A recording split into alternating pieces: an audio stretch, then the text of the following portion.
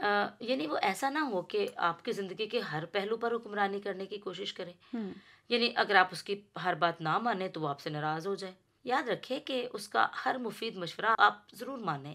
اس پر عمل کرنا بھی آپ کے لیے ضروری ہے. آپ کو کسی ایسے شخص کو چننا چاہیے جو آپ کی حوصلہ افزائی کرے، آپ کو مفید مشورہ دے، اپنی دانش مندی اور حکمت کی باتیں آپ کو بتائیں جو اس نے اپنی زندگی کے گزشتہ سالوں میں خود سیکھی ہیں. یا پھر آپ کو ایسے شخص کی ضرورت ہوگی جو مخلص اور بھروسے کے قابل بھی ہو. آپ کے رشتے پر حسد نہ کرے، کیونکہ آپ نے اپنی ہر بات اس کو بتانی ہے جو نہ آپ اپنے گھر والوں سے نہ پڑوسیوں سے شیئر کر سکتے ہیں. ایک اور بات کا بھی اضافہ کرنا چاہوں گی کہ آپ خود بھی کسی دوسری عورت کے لیے ایک اچھی مشورہ دینے والی ثابت ہو سکتی ہیں. شاید کوئی ایسی عورت آپ کے قریب ہو جس کے لیے آپ فائدہ مند ثابت ہو سکیں. میں بہت سی ایسی نوجوان عورتوں کو جانتی ہوں جو یہ پسند کرتی ہیں کہ دوسرے لوگ ان کی زندگی کے مسائل میں ان کی رہنمائی کریں اور وہ ان کے تجربات سے فائدہ اٹھائیں. میں نے بہت بار ایک ٹرم سنی ہے اور وہ ہے روحانی ماں. یہ روحانی ماں کا کیا مطلب ہے؟ کوئی روح جو ماں میں ہے؟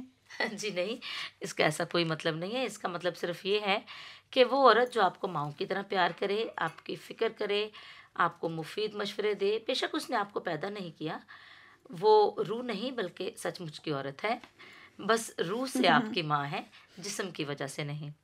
یعنی ایک عورت جو دل سے آپ کو اپنی بیٹی جی مانگتی ہے، بالکل صحیح. جسمانی طور پر آپ سے اس کا کوئی رشتہ نہیں، لیکن زندگی کے مسائل میں وہ آپ کو ماؤں کی طرح مفید مشورے دیتی ہے اور آپ کی بھلائی چاہتی ہے. ایسا ہم عورتوں کو خواہش ہوتی ہے کہ ہمارے رشتے پکے ہوں، مرتے دم تک ختم نہ ہوں، کیونکہ خدا نے ہماری خصلت ہی ایسی بنائی ہے. خدا نے ہمیں ایک بہت ہی انمول اور انوکھا تحفہ احساس دلی کا عطا کیا ہے.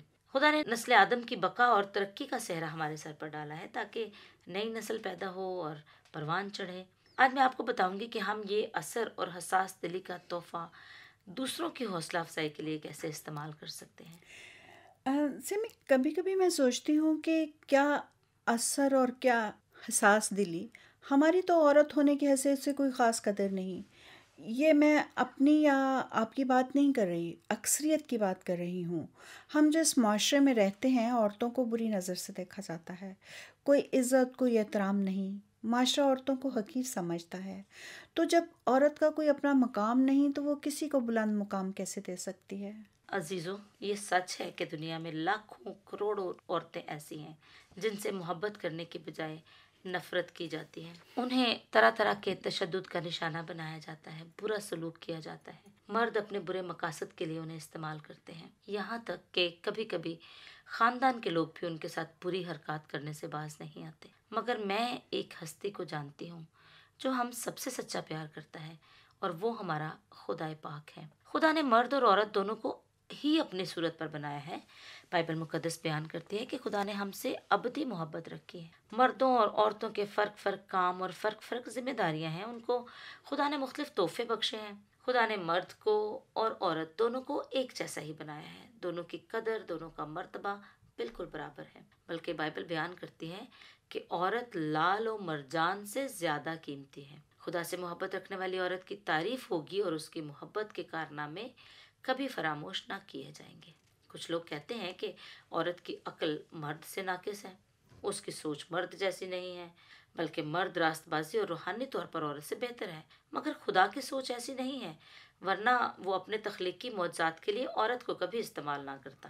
ہاں، یہ بات تو ٹھیک ہے، کیونکہ وہ مرد جو اپنے آپ کو پاک روحانی اور راست باز کہتا ہے اسی عورت کے پیٹ میں رہ کر اپنی ماں کا اثر قبول کرتا ہے. ہاں، زندگی کے پہلے 5 سال جو تربیت کے سال ہوتے ہیں اپنی ماں یعنی اس عورت کے زیر سایہ رہتا ہے. اور اسی بات سے ہمیں ثبوت ملتا ہے کہ خدا نے جو اثراتی تحفہ ہمیں یعنی عورتوں کو دیا ہے اس کا اثر تو پیدا ہونے سے پہلے ہی مرد یا عورت جو بھی ماں کے پیٹ میں ہوتا ہے اس پر ہو جاتا ہے. زندگی صرف کھانے پینے اور کام کرنے کا نام نہیں ہے، بلکہ خدا کا کلام کہتا ہے کہ انسان صرف روٹی ہی سے جیتا نہ رہے گا بلکہ ہر اس بات سے جو خدا کے منہ سے نکلتی ہے زندہ رہے گا. اگر آپ سامعین میں سے کوئی بائبل نہیں پڑھ سکتا کسی بھی وجہ سے، تو آپ کسی ایسے شخص سے عرض کیجئے کہ وہ آپ کو بائبل پڑھ کر سنائے. ہم خاص طور پر عورت یعنی لڑکیوں کی تربیت کی بات کر رہے ہیں، تو اس کے لیے ہمیں یہ سیکھنا ہے کہ بچیوں کو گھر میں سنبھال کے رکھنے کی ضرورت ہے. ان کو ایسے والدین ملنے چاہیے جو ان کو سیدھی راہ یعنی صراط مستقیم پر چلا سکیں، تو پھر بچے کبھی اس راہ سے نہیں مڑیں گے۔ انہیں روحانی ماؤں کی ضرورت ہوتی ہے جو ان کو روحانی اقدار سکھائیں، تاکہ ان کو معلوم ہو جائے کہ زندگی میں اچھے کام کرنے ہیں اور بدیوں اور بدکاریوں سے بچنا ہے۔ انہیں سچ کو اپنانا اور جھوٹ سے کنارہ کرنا ہے۔ نفرت نہیں بلکہ محبت کرنی چاہیے، لڑائی جھگڑا نہیں، جنگ و جدل نہیں، بلکہ صلح اور میل ملاپ سے زندگی گزارنی ہے، بے وقوفی سے نہیں، عقل مندی سے، سستی سے نہیں بلکہ چستی سے، ایمانداری جیسی اچھی عادتیں اپنانی چاہیے۔ روحانی مائیں بننے کے لیے ہمیں دعا کرنی چاہیے تاکہ خدا ہمیں ہماری بدیوں اور بدکاریوں سے معافی دے کر پاک دل عطا کرے، تاکہ ہماری زندگی پاک اور محبت سے معمور ہو جائے۔ اور ساتھ ہی خدا کے یسوع مسیح کو بھیجنے کا مقصد بھی ہماری زندگی میں پورا ہو جائے کہ یسوع نے ہمارے گناہوں کا کفارہ دے کر ہمیں معاف کر دیا ہے۔ بائبل مقدس فرماتی ہے کہ اگر ہم اپنے گناہوں کا اقرار کریں تو وہ ہمارے گناہوں کو معاف کرنے اور ہمیں ساری ناراستی سے پاک کرنے میں سچا اور عادل ہے۔ ہم عورتیں جب خدمت کرتی ہیں تو یسوع کے نقش قدم پر چلتی ہیں، کیونکہ بائبل مقدس فرماتی ہے کہ یسوع نے فرمایا، ابن آدم اس لیے نہیں آیا کہ خدمت کروائے بلکہ اس لیے آیا کہ خدمت کرے اور اپنی جان بہتوں کے لیے قربان کرے۔ آئزہ، جب میں سوچتی ہوں کہ آدمی یا مرد لوگ جو ہیں وہ عورتوں کو حقیر جانتے ہیں، میں کبھی کبھی یہ سوچتی ہوں کہ زندگی میں جس ہستی نے انہیں اس دنیا میں لانے کا فریضہ وسیلہ سر بنا، انجام فریضہ سر جی۔ انجام دیا، وہ اس کی ماں ہے اور وہ ایک عورت ہے، اور اسی عورت کے خون سے وہ پروان چڑھا، اور جب وہ چھوٹا تھا، جب وہ سنبھالنے کے قابل تھا تو عورت اسی کی عورت نے اس کو قربانیاں، سنبھالا۔ ہاں قربانیاں کیسے بھول سکتا ہے سکتا ہے انسان۔ انسان، لیکن اس کے باوجود عورتوں کو حقیر جاننا مجھے سمجھ نہیں آتی ہے کہ لوگ ایسا کیوں کہتے ہیں۔ ہم نے سنا کہ کچھ لوگ کہتے ہیں کہ مرد کی عقل زیادہ اچھی ہوتی ہے، عورت کی عقل ناقص ہوتی ہے، لیکن وہ عورت جو اس کو عقل سکھاتی ہے اور اس کو تربیت کرتی ہے، وہ تو عورت ہی ہے نا، وہی عورت جی جو اس کی بالکل۔ ماں تھی جس نے اس کو سکھایا۔ اور پھر جب وہ بڑے ہو جاتے ہیں تو بہنیں ان کی زندگیوں میں اس طرح کے کام کرتی ہیں جو کہ عورت ہیں۔ جب وہ شادی شدہ بن جاتے ہیں تو بھی ہر قدم قدم پر ان کو عورتوں کی ضرورت پڑتی ہے، اور میں نے دیکھا ہے کہ بہت سارے معاملات میں عورتیں جب آدمیوں کو مشورے دیتی ہیں تو وہ زیادہ کامیاب مشورے ہوتے ہیں۔ بات یہ ہے سیمی کہ ہم بات کو مختصر کرتے ہیں کہ خدا نے عورت کو مرد کا ساتھی بنایا ہے، اور ساتھی کے بغیر آپ دیکھیں کہ زندگی کتنی مشکل ہے اور زندگی گزارنا ناممکن ہے۔ تو جب عورت مرد کا ساتھی ہے تو پھر اس کے ساتھ ساتھ چلتی ہے تو پھر وہ اس سے کمتر کیسے ہو سکتی ہے؟ اور وہ کہتے ہیں نا کہ یہ ایک جملہ عام ہے کہ عورت اور مرد گاڑی کے دو پہیے ہیں، تو وہ بالکل۔ ایک پہیے سے گاڑی نہیں چلتی، دونوں پہیوں کو برابر رکھ دیا جائے۔ اگر ایک پہیہ چھوٹا کر دیا جائے تو ایک پہیہ بڑا ہو تو کیسے گاڑی چلے گی؟ تو عورت اور مرد اگر گاڑی کے پہیے ہیں تو دونوں برابر ہی ہیں نا، اسی لیے تو گاڑی چل رہی ہے۔ اس بات کو سب کو سمجھنا چاہیے، اور اگر یہ بات سب کی سمجھ میں آ جاتی ہے تو پھر تو یہ سوال ہی پیدا نہیں ہوتا کہ عورت کم عقل ہے یا عورت کمتر ہے، مشورے نہیں دے مرد سے سکتی۔ مشورے نہیں دے سکتی۔ اور اس کے لیے ضروری یہ ہے کہ ہم کلام مقدس پڑھیں۔ ہمیں ہر ورقے پر، ہر صفحے پر، ہر بات میں، ہر جملے میں اس بات کی رہنمائی ملے گی، اور سب سے بڑی بات یہی ہے کہ ہم کلام مقدس کا مطالعہ کرتے رہیں اور اس کو غور اور دھیان سے پڑھیں۔ خدا سے دعا کریں کہ ہم اس کو سمجھ سکیں۔ جب ہم کلام مقدس پڑھیں گے اور اس کو سمجھنے کی کوشش کریں گے تو پھر یہ بات خود ہی ہماری سمجھ میں آ جائے گی۔ اور اسی بات کے ساتھ پروگرام کا وقت ختم ہوا چاہتا ہے، آپ سے اجازت چاہتے ہیں۔ خدا نے چاہا تو اگلے پروگرام میں آپ کے ساتھ دوبارہ ملاقات ہوگی۔ تب تک کے لیے اجازت دیجیے۔ خدا حافظ۔